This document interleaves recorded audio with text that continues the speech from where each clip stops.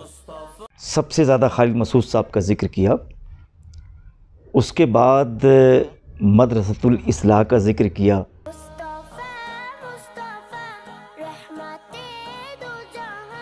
بسم اللہ الرحمن الرحیم۔ مجھے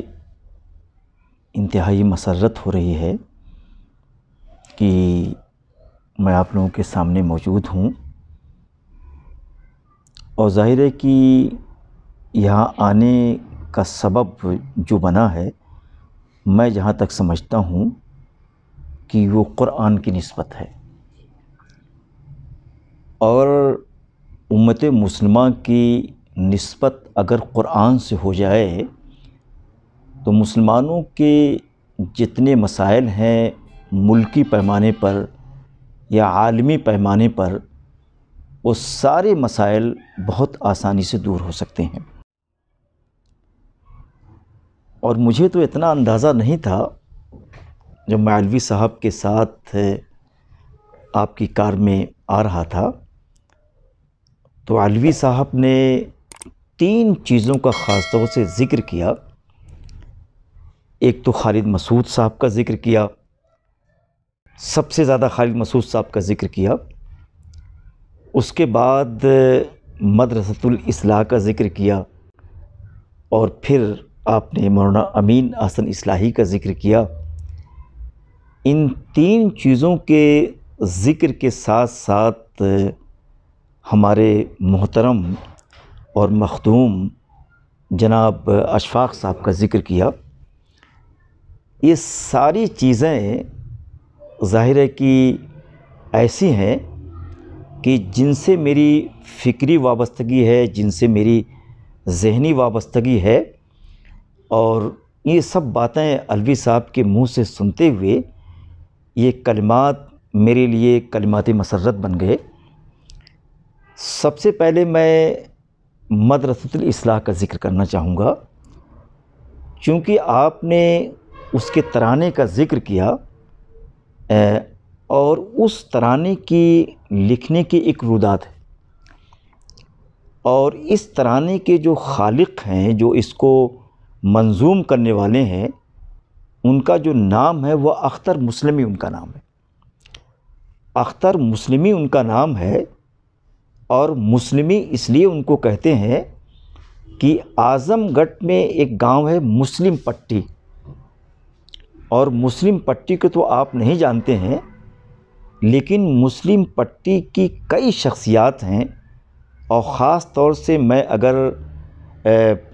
چیف آف آرمی سابق مرزا اسلم بیگ کا ذکر کروں گا تو وہ اسی مسلم پٹی گاؤں کے ہیں، اور میرے گاؤں سے بہت ہی قریب ہے۔ تو یہ جو اصلاح کا ترانہ ہے، ایک طریقے سے مرزا اسلم بیگ کا جو گاؤں ہے،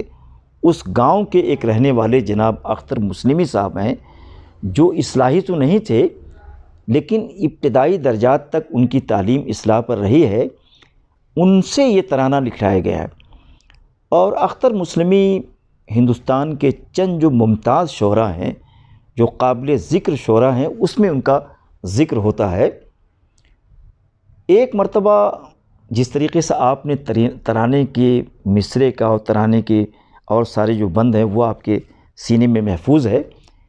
اسی طریقے سے ایک بار مولانا ابو الحسن علی ندوی صاحب مدرسۃ الاصلاح پر تشریف لے آئے،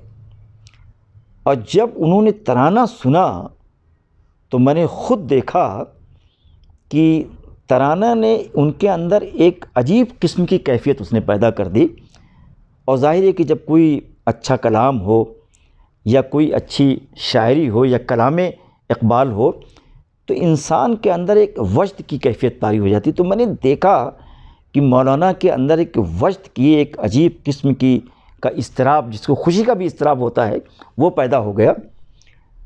اس کے بعد جب وہ اپنے خیالات کا اظہار کرنے کے لیے اسٹیج پر آئے اور مائک انہوں نے سنبھالا، تو ظاہر ہے کہ ذکر اللہ اور ذکر رسول کے بعد انہوں نے سب سے پہلی جو بات کہی وہ یہ کہی کہ اس ترانے کا شاعر کون ہے، اس کو کس نے منظوم کیا ہے۔ لوگوں نے بتایا کہ یہ اختر مسلمی صاحب ہیں۔ چنانچہ انہوں نے ترانے کی تعریف کی، اس کے الفاظ کی، اس کی نظم کی، اور پورا جو اس میں اصلاحی فکر کیا ہے، فکر فرائی کیا ہے، اور اس میں مولانا اختر حسن اصلاحی صاحب کا بھی ذکر ہے۔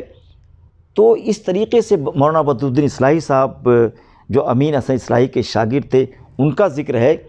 ان سارے لوگوں کا ذکر ہے۔ بلکہ یہ سب چیزیں کرنے کے بعد انہوں نے تقریر کیا، اور تقریر کرنے کے بعد جب اس جلسے کا اختتام ہوا تو مولانا ابوالحسن علی ندوی صاحب نے یہ درخواست کیا کہ میں یہ چاہتا ہوں کہ اختر مسلمی صاحب سے مجھے ملوایا جائے۔ بہرحال اختر مسلمی صاحب بلوائے گئے، اور انہوں نے یہ کہا کہ ہمارے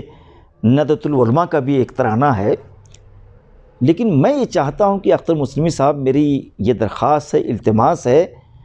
کہ ایک ترانہ اسی طریقے سے ندوے کے لیے آپ اگر لکھ دیں تو جو ندوے کا ترانہ ہے اس کو میں کل عدم قرار دے کر اس ترانے کو میں وہاں پر رائج کرتا ہوں۔ جب مولانا ابوالحسن علی ندوی صاحب نے اپنی ساری باتیں کہہ لیں تو انہوں نے یہ کہا کہ میں تو شاعر ضرور ہوں، لیکن شاعر پر جب تک کیفیت نہیں طاری ہوتی، جب تک اس کے دل پر ڈائریکٹلی ضرب نہیں لگتی ہے، اس وقت تک شعر اصلاً اندر سے آتے ہیں، تو وہ میں حقیقی شاعری کہاں سے لاؤں گا؟ یہ تو میری مادر علمی ہیں، یہاں تو میرے اساتذہ ہیں، یہ ایک طریقے سے میری تربیت گاہ بھی ہے۔ تو یہ ساری چیزیں جو مجھے گھیرے ہوئے ہیں، میرے ذہن و فکر کا حصہ بنے ہوئے ہیں، تو یہ چیزیں ندوۃ العلماء کے لیے کہاں سے لاؤں گا؟ تو انہوں نے معذرت کی اور انہوں نے کہا کہ مولانا میں اس کام کو انجام نہیں دے سکتا ہوں، لیکن اس ترانے کو جو بھی سنتا ہے وہ ضرور اس کی تعریف کرتا ہے، اس کی ستائش کرتا ہے۔ آپ نے تو صرف سن کر اس کے بول جو تھے اس کو محسوس کر کے آپ نے یہ باتیں کہی ہیں، لیکن اگر آپ مدرسہ اصلاح کی سرزمین پر ہوں اور جو اس کی مخصوص ٹیم ہے طلبہ کی، وہ جو پڑھتی ہے، تو ایک عجیب قسم کے کیفیت، ایک عجیب قسم کے حالات پیدا ہو جاتے ہیں۔ تو میں اللہ تعالیٰ سے دعا کرتا ہوں، علوی صاحب نے یہ راستے میں ابھی کہا بھی، کاش کہ میں بھی ایک بار اس کی ادارے کی زیارت کرتا جہاں سے مولانا امین حسن اصلاحی صاحب فارغ ہیں۔ تو انشاءاللہ مجھے آپ کی اس خواہش کا اندازہ تو نہیں تھا، لیکن اب کوئی اس طریقے کا پروگرام ہوتا ہے تو میں آپ لوگوں کو دعوت نامہ ضرور بھجواؤں گا، اور میری یہ شدید خواہش ہوگی کہ آپ لوگ آئیں اور اس در و دیوار کو جو تصورات میں لے کے بیٹھے ہیں، اپنی ان آنکھوں سے اس کی زیارت کر سکیں۔